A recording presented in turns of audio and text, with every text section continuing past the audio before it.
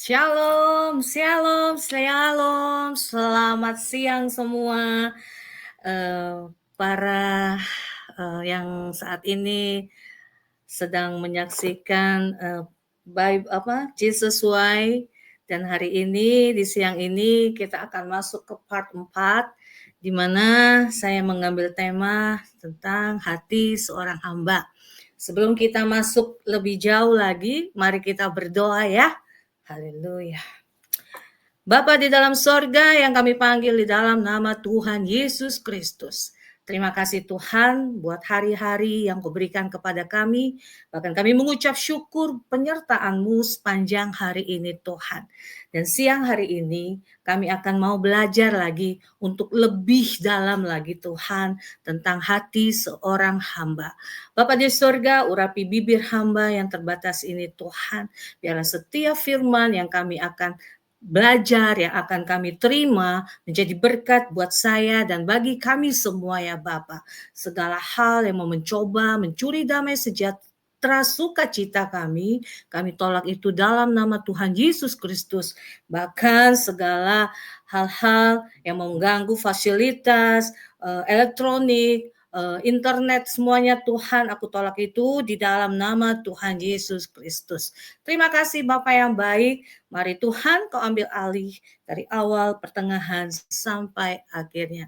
Terima kasih Bapak yang baik. Di dalam nama Yesus kami sudah berdoa dan mengucap syukur. Haleluya. Amin. Shalom. Shalom. Apa kabar semua? Saya yakin percaya semua diberkati, semua ada sukacita, ada glory. Kita sebentar lagi kita akan tutup bulan menuju Februari dan saya yakin percaya di Januari ini berkat Tuhan yang dahsyat mengalir bagi saya dan bagi kita semua yang saat ini sedang menyaksikan program Jesus Way. Terima kasih ya Bapak. Dan saat ini saya untuk mengingatkan kembali, saat ini saya sudah masuk ke part 4, hati seorang hamba. Untuk part pertama, bagian pertama kemarin, karena karunia Allah yang menyelamatkan. Di situ berpoinnya tentang karunia Allah yang menyelamatkan. Yang kedua, saya lebih dalam untuk menjadi dalam temanya yaitu hati hamba, hati seorang hamba. Dan kemarin kita minggu lalu di bagian yang ketiga, saya ajak kita belajar bersama melayani dengan kerendahan hati. Haleluya. Dan saat ini saya akan bawa lagi lebih dalam tentang temanya hati seorang hamba diciptakan untuk berbuah. Amin. Puji Tuhan. Mari kita buka firman Tuhan di dalam Yohanes 15 ayat 1. Saat ini siang hari ini kita akan banyak membaca dan ayatnya nggak banyak, pasal-pasal yang dibawa juga nggak banyak, jadi cuma satu perikop yang luar biasa. Saya percaya kita semua diberkati. Yohanes 15 ayat 1. Demikianlah firman Tuhan, akulah pokok anggur yang benar dan Bapakkulah pengusahanya. Ayat kedua, setiap ranting padaku yang tidak berbuah dipotongnya dan setiap ranting yang berbuah dibersihkannya supaya ia lebih banyak berbuah. Saya loncat ke ayat 5 sampai 8.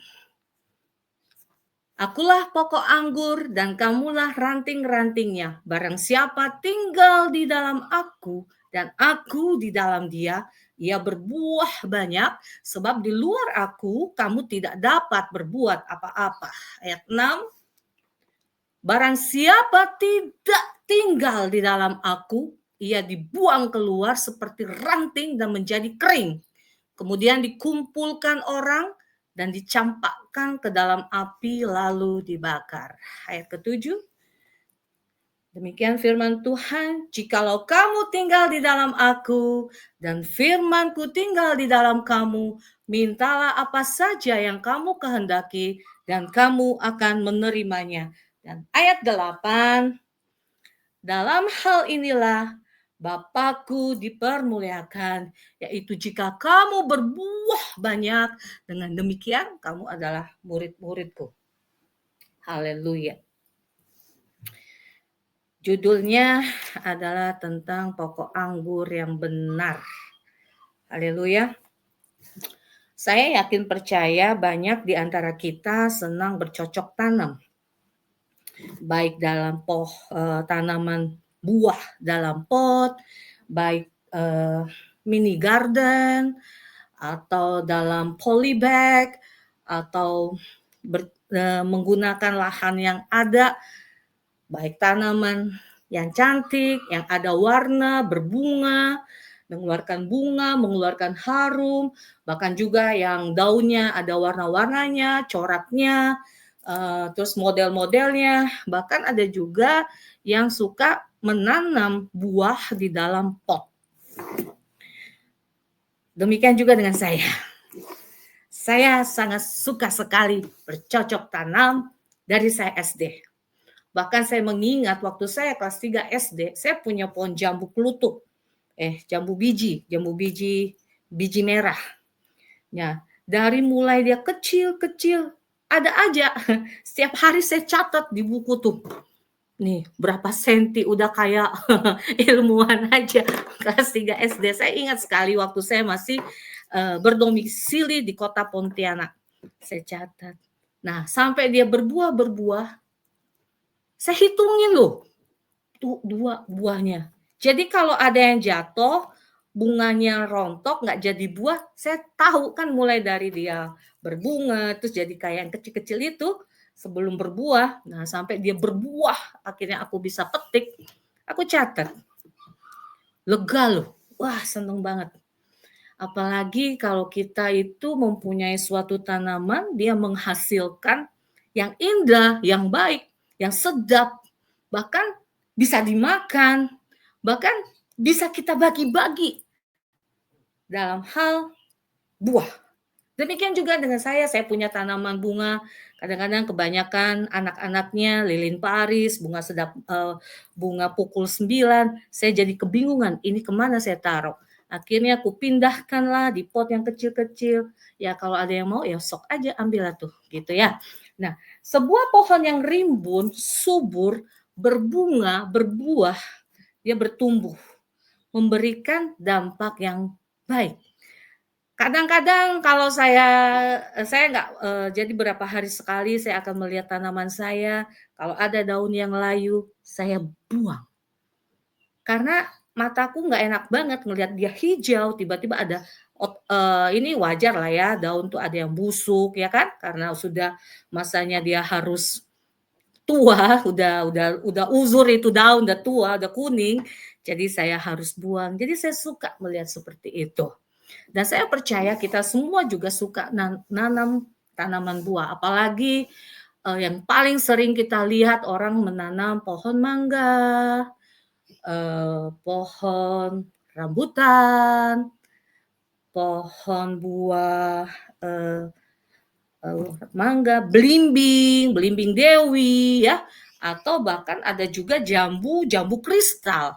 Dulu zaman saya kecil, sekarang namanya jambu kristal ya, itu udah model lagi yang lain ya. Tetapi zaman dulu saya ada jambu namanya jambu Bangkok. Gede sekali. Pohonnya cetek tapi buahnya besar.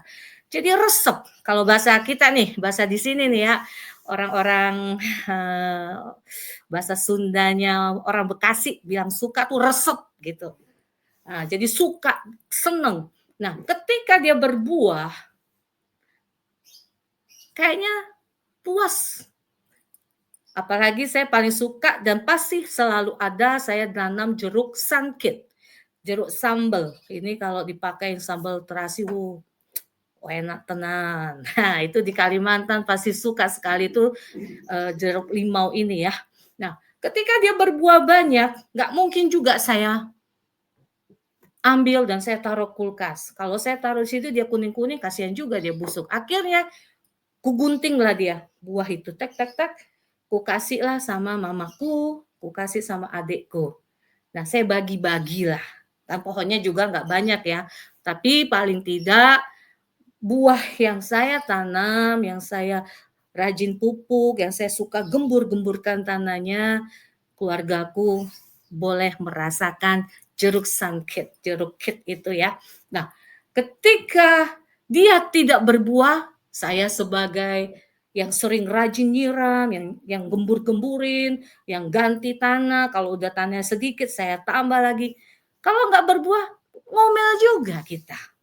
Jadi kalau saya perhatiin diri saya ya, saya nggak bilang siapa ya, diriku berbuah banyak salah, tidak berbuah juga salah.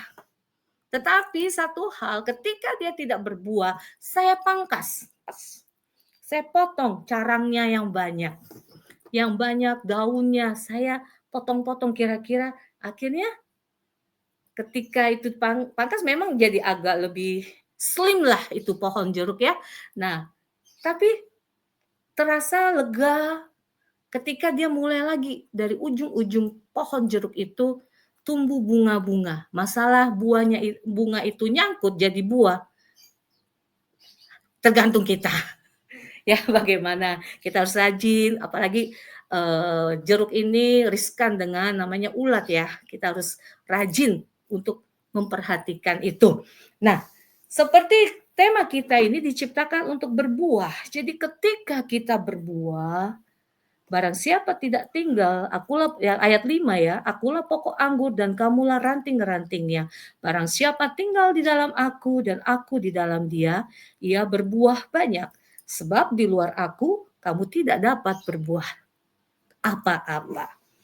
Jadi buah itu tidak hanya untuk dinikmati diri sendiri, tetapi orang lain hidup yang berbuah, hidup yang sesuai dengan karakter Yesus Kristus sehingga menjadi berkat untuk orang lain. Amin.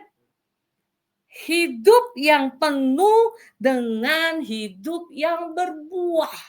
Hidup yang diberkati sehingga hidup kita berbuah. Bukan masalah tebal tipisnya dompet kita, dompet saya. Tetapi hendaklah hidup kita berbuah dan menjadi berkat bagi banyak orang, bagi sekitar kita, bagi komunitas, dimanapun kita berada. Puji Tuhan, mungkin semua pada ingat ya, dulu waktu kita sekolah minggu, kita diajarkan suatu pujian. Dan saya sangat ingat lagu itu, walaupun sekarang ada juga dengan judul lirik sama, syair sama, tetapi versi melodi yang berbeda. Yaitu lagunya Yesus pokok dan kitalah caranya, tinggallah di dalamnya. Yesus pokok dan kitalah caranya, tinggallah di dalamnya. Yesus pokok dan kitalah caranya, tinggallah di dalamnya. Pastilah kau akan berbuah. Yesus cintaku, ku cinta kau, kau cinta dia. Amin.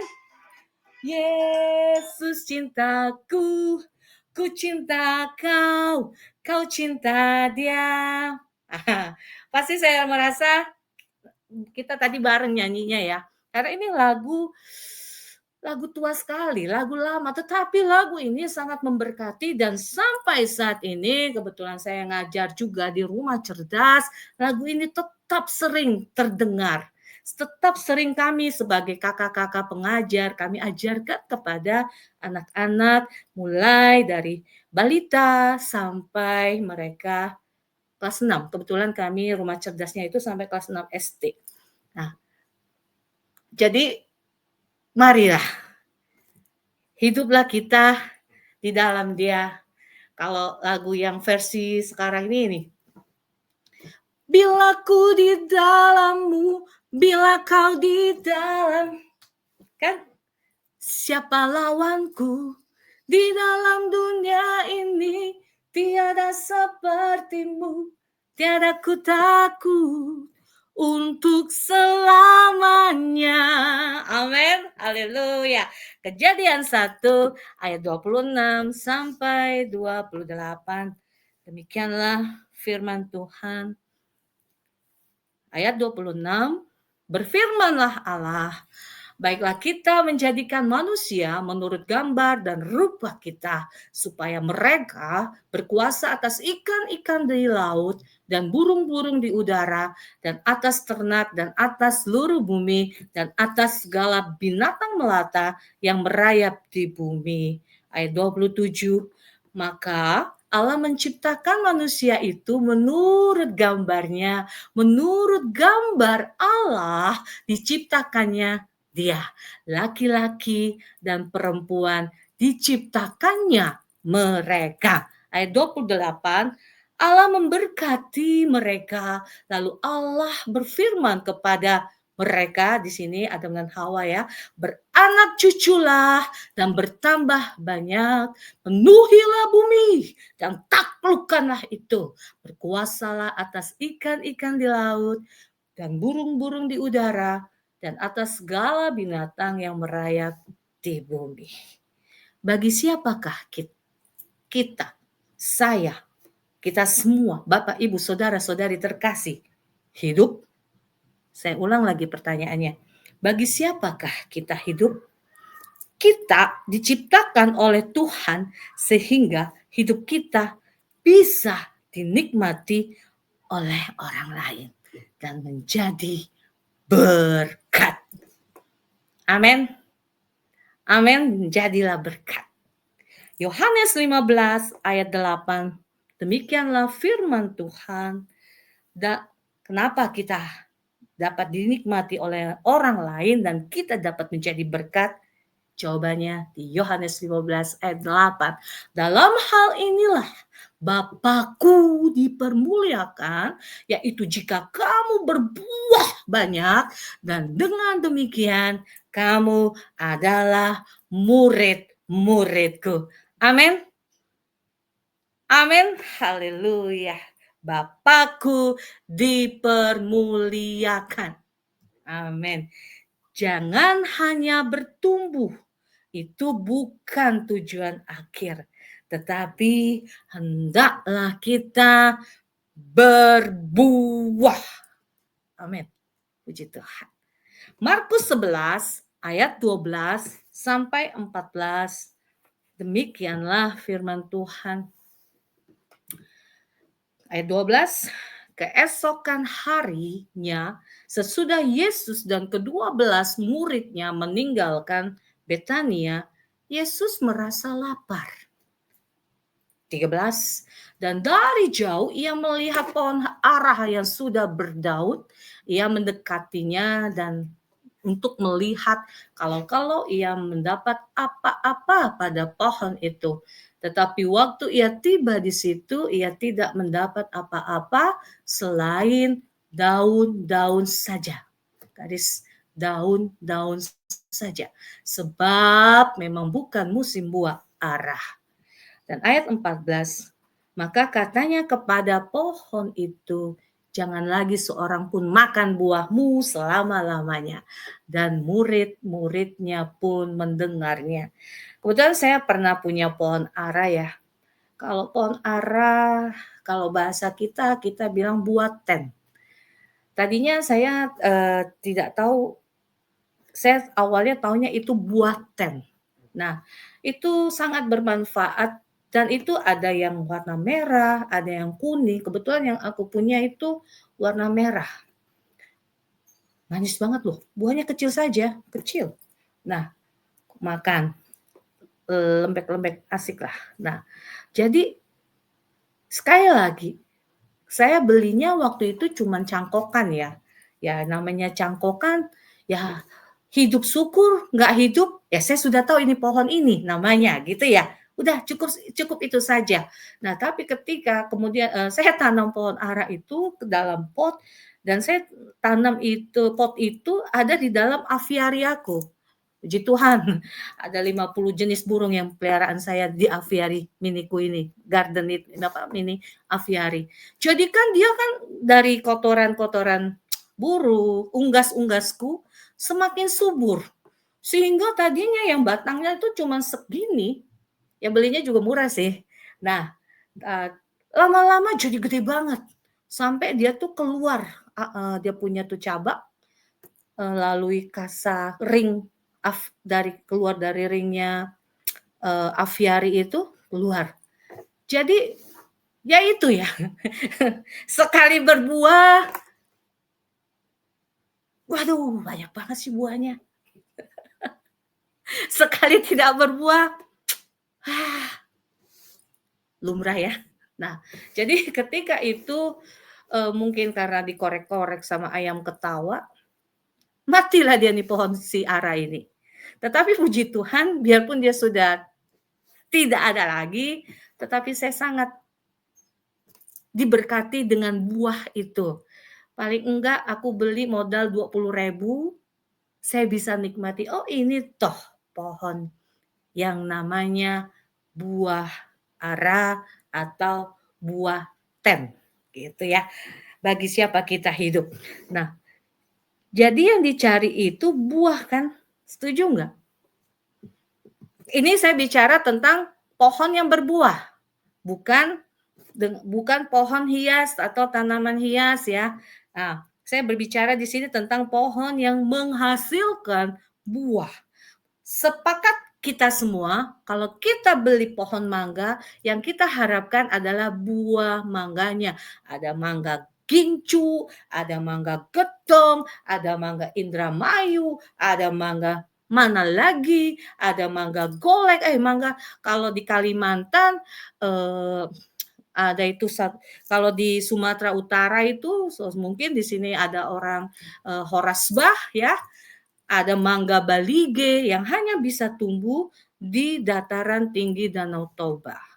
Nah, kalau di Kalimantan Selatan ada yang namanya buah itu saya pikir kayak mangga ya. Tapi mereka menyebutkan itu adalah buah kasturi. Wih, mantap juga itu sekecil gini loh. Nah, kita tentu sangat berharap mangga itu berbuah. Saya dulu punya mama saya menanam pohon mangga dan dari dulu tidak pernah berhasil dengan buahnya. Yang ada makin tinggi, berbatang keras, terus daunnya banyak. Otomatis kalau mama menebang itu, mama mesti manggil orang dan harus dibawa dengan bapak abang-abang untuk dibawa pakai duit lagi dong. Nebangnya, ngebawa buang itu pohonnya. Kadang-kadang ada juga pohonnya itu digunakan untuk kayu bakar, kayak gitu ya. Nah, jadi nggak pernah berhasil. Akhirnya, puji Tuhan, setelah bertahun-tahun, mama akhirnya punya pohon yang kagak pernah dia urus, tapi dia dengar kata orang-orang, itu pohon mangga kalau berbuah dicaca tuh, katanya sambil ngomel-ngomel batangnya. Ya saya nggak tahu ya, ini kan mitos ya. Ini yang mamaku ceritakan sama saya. Jadi saya nggak berharap disclaimer dulu untuk mempercayai hal tersebut ya. Jadi mama tek tek tek, beneran berbuah pinggir jalan pula. Akhirnya sampai mama berkata, wah kenapa aku tanam di pinggir jalan? Jadi itu akhirnya buah bersama. Aku bilang sama mama, nggak apa-apa. Jadi orang juga merasakan walaupun rumah itu sekarang dikontrakin ya, tetapi setiap orang yang datang selalu bilang ke mamaku, "Opung, mangganya sudah berbuah. Opung, minta ya buah mangganya." Haleluya. Jadi kadang-kadang ada depan rumah dia sisain. Akhirnya pas kalau misalnya mama lewat ada waktu ke sana, mama pergi ambil itu sekresek mangga mana lagi. Dan itu mama saya dan saya, kita semua sangat berharap kita beli bibit pohon buah, kita mau dia berbuah. Bukan seperti suatu lagu, nanam semangka nggak mungkinlah berbuah timun suri. Amin. Ya kan? Nggak mungkin juga nanam kedondong yang kedondong buahnya yang dihasilkan adalah sawo, sawo kecil, ya kan? Nah, kita berharap kita beli mangga, ini katanya ini mangga Thailand, mangga aja segede buah pepaya. Kita sangat berharap banget. Buahnya itu seperti yang dijual, yang dikatakan oleh penjual mamang-mamang, tukang jual tanaman ya. Nah, jadi ada 3 hal yang menghalangi kita untuk berbuah. Saya ambil di dalam Alkitab di Perjanjian Baru, yaitu di Lukas 8. Aku akan mulai di ayat 12, Lukas 8 ayat 12.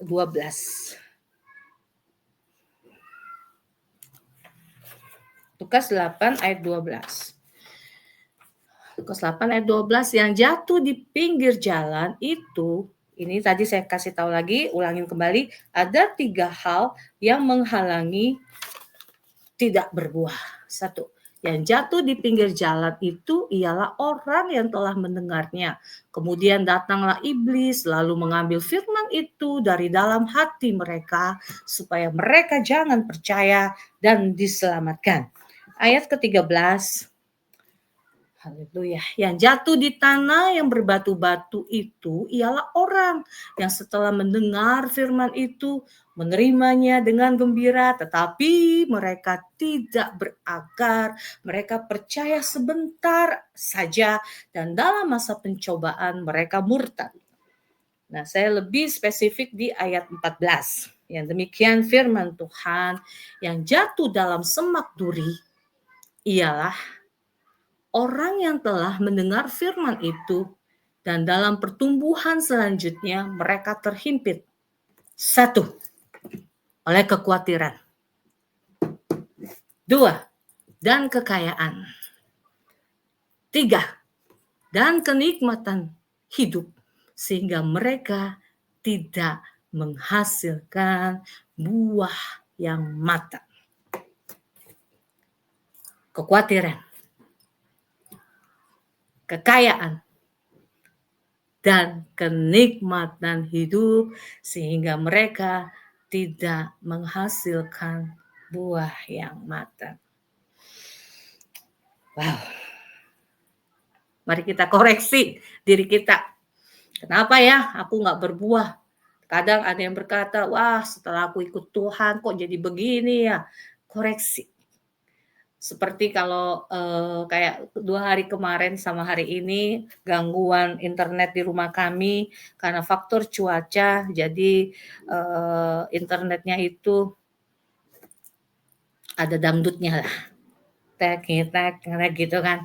Nah, tetapi ketika mulai stabil, aku bisa nonton lagi YouTube, aku bisa nonton lagi Netflix, dapat melihat-lihat berita, dapat lihat dengar YouTube puji-pujian. Nah, jadi kita sangat percaya janganlah kita menjadi seorang pelaku, menjadi anak Tuhan, menjadi hamba Tuhan, menjadi murid Tuhan, menjadi jemaat-jemaat atau apapun panggilanmu, menjadi yang tidak berbuah. Jangan engkau khawatir, jangan karena kekayaan dan bahkan kenikmatan hidup. Saya sangat yakin dan percaya kita semua diberkati, dan berkat yang kita terima, buah yang kita makan, buah yang kita kecap, itu buah-buah itu kita juga dapat memberi kepada orang sehingga mereka akan berkata, anak-anak Tuhan yang Tuhan Yesus Kristus namanya, anak-anak yang diberkati. Haleluya. Haleluya. Jadilah kita berkat dimanapun kita berada. Amin. Ada 2 dinamika berbuah dari seorang murid Yesus. Tadi kita sudah baca di Yohanes 15 ayat 1, 2, dan 5. Nah, saya akan kembali ke ayat 1, akulah pokok anggur yang benar dan Bapakulah pengusahanya. Kedua, setiap ranting padaku yang tidak berbuah dipotongnya. dan setiap ranting yang berbuah dibersihkannya supaya ia lebih banyak berbuah. Seperti tadi, ketika pohonnya sudah berbuah, saya kan dia buahnya tuh kadang-kadang sampai nunduk-nunduk ya.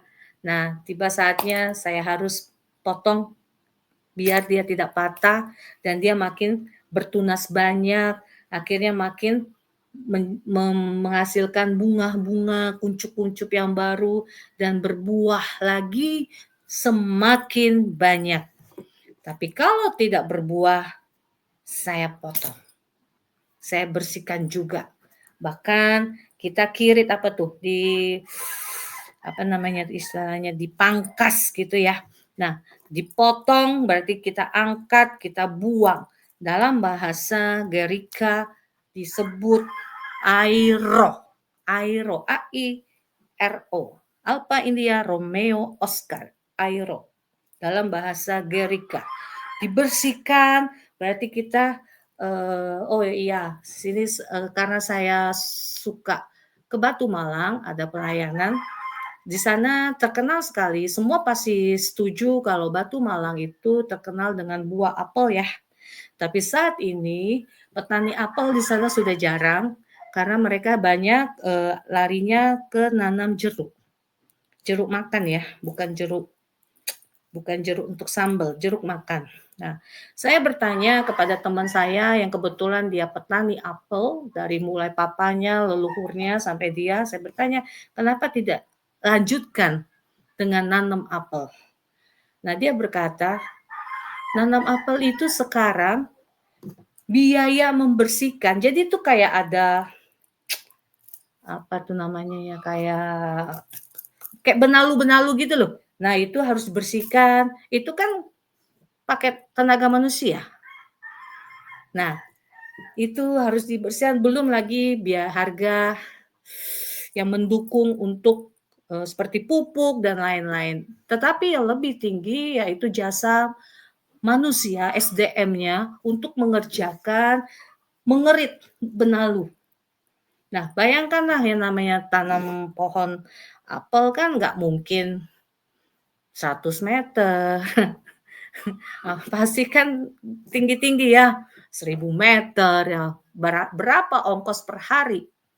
Jadi akhirnya dan belum lagi karena tanah itu sudah sering dipupuk, akhirnya tanahnya itu pun jadi kebanyakan kimia dan akhirnya menghasilkan buahnya, kalau dibilang ini jadi buah BS, ya buahnya kecil-kecil. Nah, dulu terkenal itu apel nona, apel ijo ya. Nah, akhirnya daripada nggak kepake, akhirnya mereka beralihkan dengan home industry di rumah, usaha yaitu buat keripik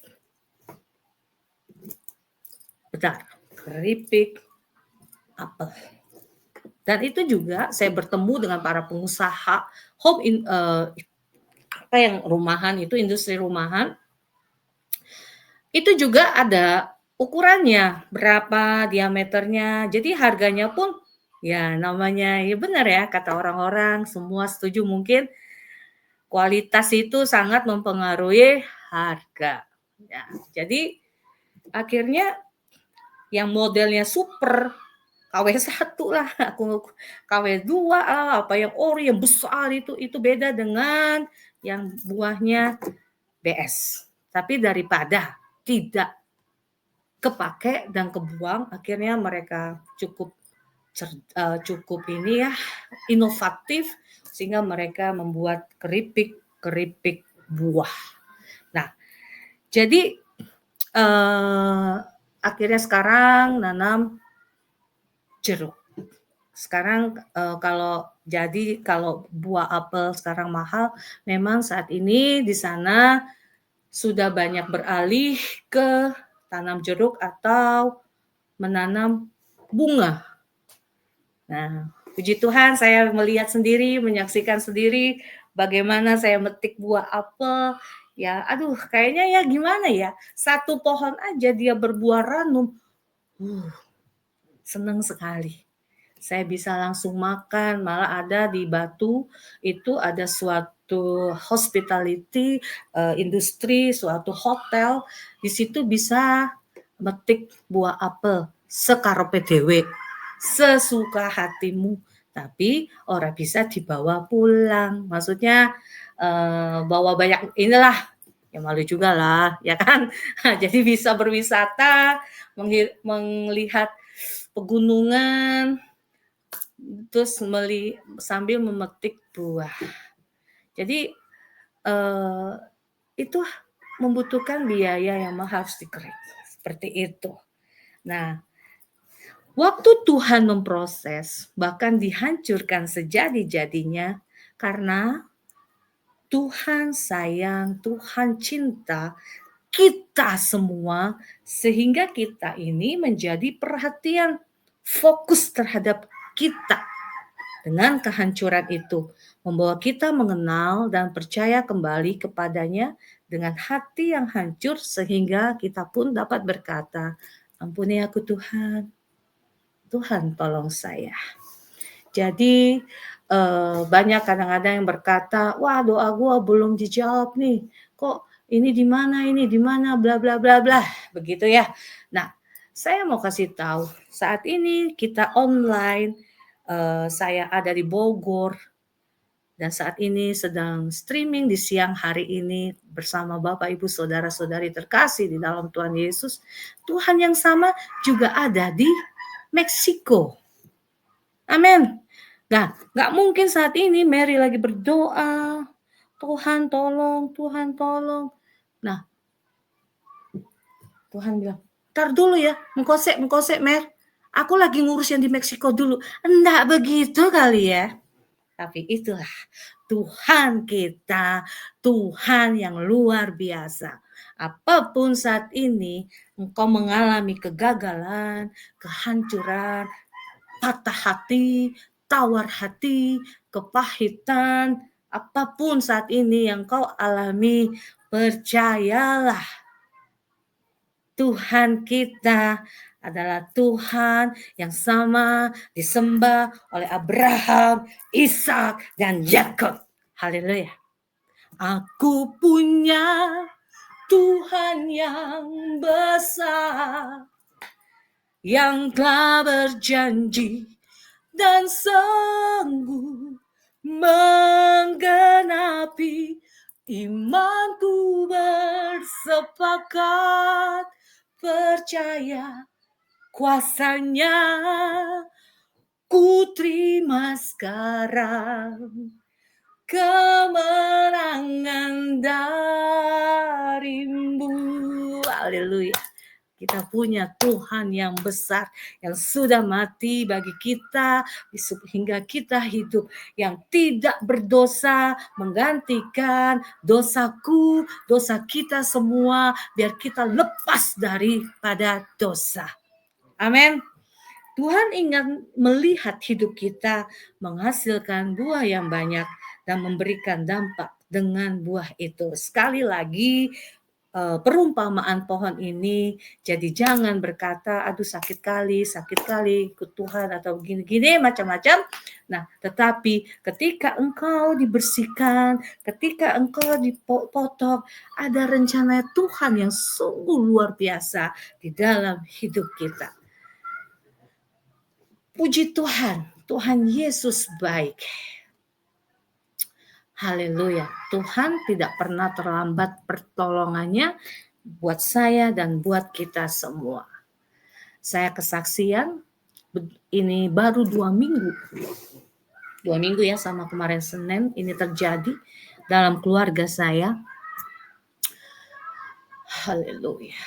Saya mulai kemarin yang ketiga kemarin tentang melayani dengan kerendahan hati. Di situ saya berkata, saya sudah melayani, sekali lagi ini saya dan banyak saksi keluarga dekatku, mamaku, adik-adikku ya. Nah, saya mulai SD selalu menjadi pemimpin doa. Sampai akhirnya saat ini usiaku 51 tahun, saya puji Tuhan, saya masih melayani Tuhan dan saya tetap mau menjadi hambanya yang setia. 5 tahun ini kemarin, mulai tepatnya 2019 sampai 2024 lah. Tapi lebih banyak di 2023 ini saya harus lakukan. Memberi. Jadi saya bukan nato, bukan omong doang. Saya harus beri. Walaupun saya hanya seorang ibu rumah tangga tidak bekerja yang hanya diberikan bulanan sama suamiku, tetapi saya memberi. Bahkan ketika saya pun berdoa, Tuhan emas dan perak nggak ada padaku. Tuhan berkata, jual emasmu. Saya jual Bapak Ibu Saudara. Puji Tuhan, saya punya suatu membantu ya, ini punya tanteku, dia buka ada suatu sekolah itu untuk anak-anak kurang mampu di Kalimantan Selatan, saya bantu. Saya waktu kejadian kita semua alami namanya pandemi, walaupun saya di sini tetapi ada banyak hamba Tuhan nelpon, ngechat, kami nggak punya masker, kami nggak punya termometer, kami nggak punya yang apa tuh, sempat kan dulu tuh ya yang kayak pakai kacamata tuh yang ada tutup ini tuh yang, nah itu ya seperti itulah. Nah saya kirim, apapun sinode mereka, Kalimantan, di pelosok, Sumatera saya kirim. Nah bahkan ketika di lapas pun ada saya koordinator di situ nelpon warga binaan Nasrani, maskernya nggak ada Bu Mary. Jadi mereka pakai kain cuci kering pakai. Waktu itu deltanya ada di situ ya. Ingat ya kita semua ya. Nah, saya kirim. Yang waktu itu juga yang namanya masker, wah 300.000 sekotak. Saya lakonin. Totally saya mulai keluar lagi dalam pelayanan, saya berjalan sendiri, tumpang tangan sendiri. Jadi dari saya, oleh saya, dan untuk Tuhan, saya mulai bergerak keluar setelah COVID sudah bisa. Tapi masih naik pesawat tuh mesti harus pakai apa tuh yang rapid. Jadi harus ke ini dulu dapat surat baru kita bisa terbang.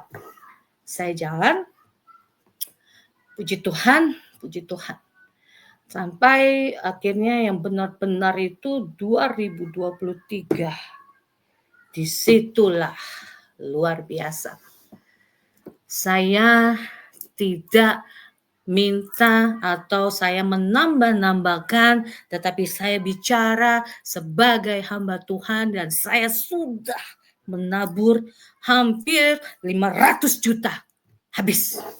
Dari mana? Saya jual logam mulia, gaji suamiku, saya bagi, puji Tuhan. Tetapi ketika bulan Desember 2023, suamiku tidak kerja lagi.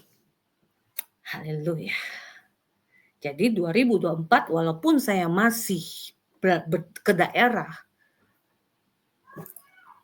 mereka support saya, anak-anak saya, suami saya, ya banyak juga. Saya, ya itu anak-anak aku suka bilang, Mami kalau udah nolong orang kebablasan. Aku bilang nggak apa-apa. Walaupun saya nolong orang 190 orang kabur, nggak apa-apa. Saya bilang, nggak apa-apa. Saya berbuat baik, orangnya malah menghantam. Tidak apa-apa. Saya tolong orang, akhirnya saya harus bayar utang dia karena pakai nama saya. Tidak apa-apa. Nggak apa-apa. Dan singkat cerita, masihlah ada karena suami tidak bekerja dan masih ada yang harus kami bayar, masihlah gitu kan. Puji Tuhan, Januari tahun lalu anakku memberkati, sehingga kebayar. Bukan dalam arti saya melayani ngutang, enggak, Bapak Ibu Saudara-saudari. Tetapi ini akibat ya itu ya, kita nggak pernah tahu, kita pikir baik-baik aja, bekerja baik-baik aja, tiba-tiba tidak bekerja dan tidak ada pesangon dan kita harus makan dari uang makan tabungan, istilahnya ya, ada kemarin itu ya. Nah, seperti itu. Jadi puji Tuhan kami lalui. Nah, 2 minggu lalu saya ditelepon sama salah satu seorang sales apartemen. Kebetulan saya ada ambil berapa unit. Mbak Mary tolong dong lihat ini daerah Pejaten, kami mau bangun apart house. Jadi rumah 30 meter tapi lantai 4. Jadi seperti apartemen gitu ya. Karena izin apartemen mereka minta 26 tapi dikasih cuma 15, jadi mereka buat sejenis apart house. Jakarta Selatan loh. Saya datang ke sana, saya bilang, kebetulan dia tahu saya layanan eksorsis. Ini di sini sudah. Saya pulang. Dan ketika saya pulang keluar tol Grand Wisata, saya mau ke rumah saya di situ, ada yang nelfon. Haleluya, haleluya, haleluya. Tuhan Yesus baik. Saya ada ambil 1 unit apartemen di daerah kawasan Cibitung. Dan 5 tahun pembangunannya tidak ada. Nah, setiap saya mau ke Bandung, setiap saya mau ke Cikarang, saya selalu melihat. Hilang nih duit gua 200 juta di sini. 200 juta loh Bapak Ibu, 5 tahun. Nah, ketika itu temannya katakanlah Mas A ini, Mas A saya bilang ya, menelepon saya, terus dia bilang, "Pak, ini ada teman saya." Kebetulan dia mantan dari sales apartemen yang di Cibitung itu. Nah, dia bilang, Mbak Mary bisa refund loh. Hah? Bayangkan Bapak Ibu Saudara-saudari terkasih, 5 tahun tidak ada kabar, tidak pernah di WA, tidak pernah di email, ada seorang anak muda berkata, Mbak, bisa refund.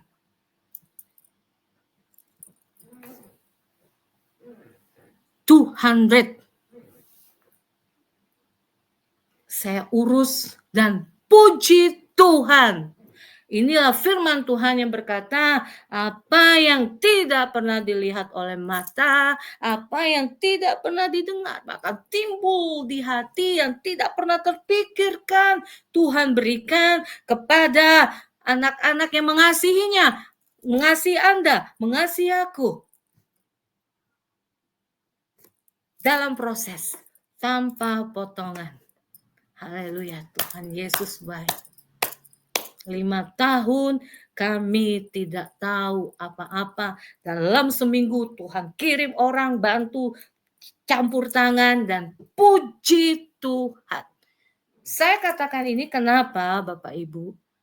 Jika kita berpengharapan kepada Tuhan, Tuhan tahu kebutuhan kita. Beda kebutuhan, beda keinginan, ya. Keinginan tuh beda loh sama kebutuhan. Tuhan tahu kami harus, ada yang harus kami bayar tanpa lagi perlu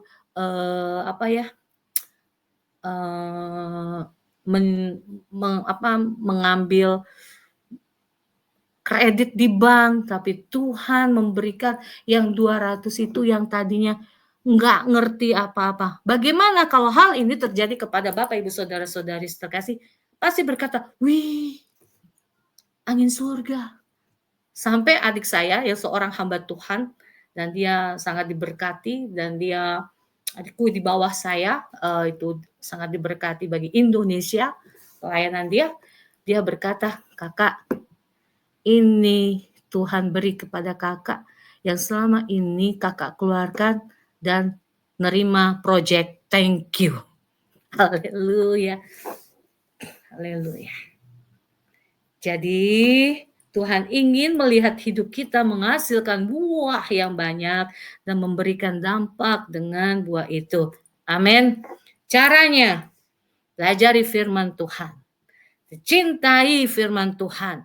Firman Tuhan itu akan menjadi suatu rema di dalam kehidupanmu. Sekali lagi, saya hanya seorang yang 6 bulan sekolah orientasi melayani, tetapi puji Tuhan, saya dapat hamba Tuhan, kakak rohani yang luar biasa mendidik saya, dan semakin lama Tuhan mempertajam setiap talenta karunia Tuhan tambahkan, sehingga saya saat ini bisa bergabung dengan Bapak Ibu Saudara-saudari terkasih di siang hari yang indah ini. Kita belajar bagaimana diciptakan untuk berbuah. Sekali lagi, lebih baik tidak mengerti daripada tidak percaya. Amin. Masalah itu menunggu kita.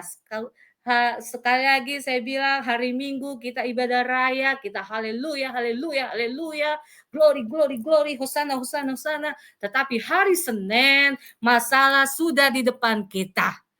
Selasa, Rebo, Kamis, Jumat. Senin sampai Sabtu, si masalah-masalah ini, si jengkelin ini datang. Tetapi bedanya kita dengan yang bukan anak Tuhan, ketika kita menghadapi masalah, ketika kita menghadapi jengkel, kesel, mangkel, kita dapat berkata, haleluya, puji Tuhan. Saya mau dibuat lebih indah lagi bersama Tuhan. Tuhan mau memberkati hidupku lebih luar biasa, baik di dalam pekerjaan, di dalam sekolah, bahkan di dalam pelayananmu, bahkan di dalam rumah tanggamu, di dalam keuanganmu, di dalam perekonomianmu. Tuhan memberkati. Firman Tuhan itu adalah di dalam 2 Timotius 3 ayat 16 sampai 17. Kita boleh baca bersama 2 Timotius 3 ayat 16 sampai 17. Demikianlah firman Tuhan. Segala tulisan yang diilhamkan Allah memang bermanfaat untuk baca kencang semua, mengajar. Kedua, menyatakan kesalahan. Ketiga, untuk memperbaiki kelakuan. Dan keempat, untuk mendidik orang dalam kebenaran. Amin. Haleluya. Dan ayat ke-17 berkata, dengan demikian tiap-tiap manusia kepunyaan Allah diperlengkapi untuk setiap perbuatan baik. Amin.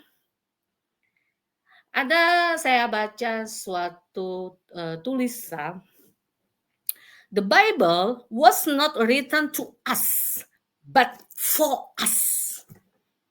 Sekali lagi, the Bible was not written to us, but for us. Alkitab itu bukan ditulis bagi bangsa Indonesia, bukan kepada kita kitab itu ditulis, Kejadian dan Wahyu, tetapi ditulis pada jemaat pada zaman itu. Contoh. Surat Paulus kepada jemaat Galatia pada zaman itu.